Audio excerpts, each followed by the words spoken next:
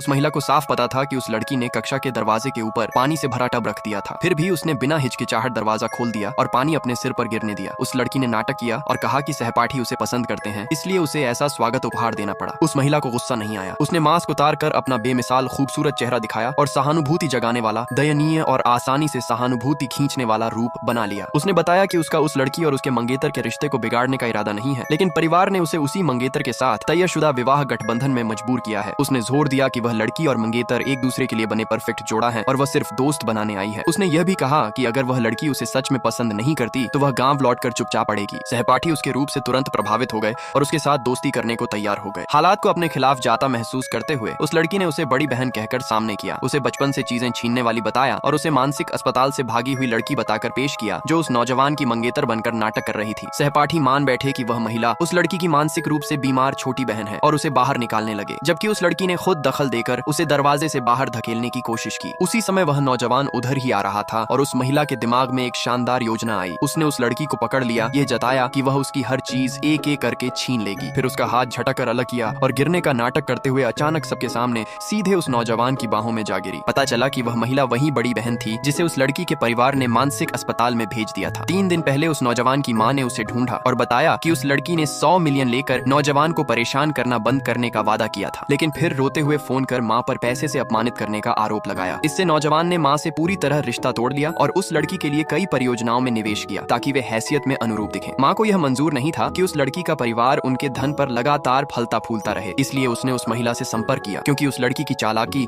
उसके मुकाबले बहुत कम थी और इसी वजह से उसे पहले बंद किया गया था। मां ने बदले के लिए एक सौदा रखा और महिला ने तुरंत स्वीकार कर लिया। मां की घड़ी पहचान से वह नौजवान के पास उसकी मंगेतर बनकर पहुंची और बदले की शुरुआत हुई। उसी समय नौजवान ने मां ने उस महिला के लिए तैयार किया स्वागत उपहार निकाला। फिर भी बिना देर किए उस महिला ने उस लड़की को 10 गुना महंगे झुमके दे दिए। उस लड़की ने उसे सस्ता ब्रोच पहनने को उकसाया और कहा कि वही उसके लायक है। इसके बजाय महिला ने ब्रोच उस लड़की की छोटी अनुयायी को दे दिया। इसे पहली मुलाकात का उपहार बताया, कहा कि वह इतनी महंगी भेंट स्वीकार नहीं कर सकती और जोड़ा कि उसका उपहार उस लड़की के बराबर नहीं होगा, फिर भी यह मनोभाव स्वीकार किया जाए। असल में उस लड़की ने कभी अपनी अनुयायी को कुछ नहीं दिया था, इसलिए सहपाठी कहने लगे कि वह छोटी दिल वाली है और उपहार तक नहीं देती। कुछ ने उस लड़की पर दबाव डाला कि झुमके अनुयायी को दे दे क्योंकि अब उपहार होते हुए भी न देना बुरा लगेगा। उस लड़की ने गुस्सा उस महिला पर निकाला, लेकिन नौजवान ने उसे बीच में ही रोक दिया और उस महिला को खरीदारी के लिए एक बैंक कार्ड उसके हाथ में दे दिया। भले ही यह तयशुदा विवाह गठबंधन था और भावनाएं नहीं थीं, फिर भी वह उसे यूं अन्याय सहने नहीं दे सकता था। उस महिला ने कहा कि वह स्कूल में नई है और परिसर नहीं जानती, इसीलिए उसने नौजवान से परिसर घुमाने को कहा। वह लड़की तुरंत नाखुश हुई और सबक सिखाने आगे बढ़ी, लेकिन नौजवान ने उसे रोक लिया और महिला उसे उसके पास से छीन ले गई। सैर के बीच महिला के माता पिता अचानक आ गए और बिना कुछ कहे उसके चेहरे पर एक थप्पड़ मार दिया।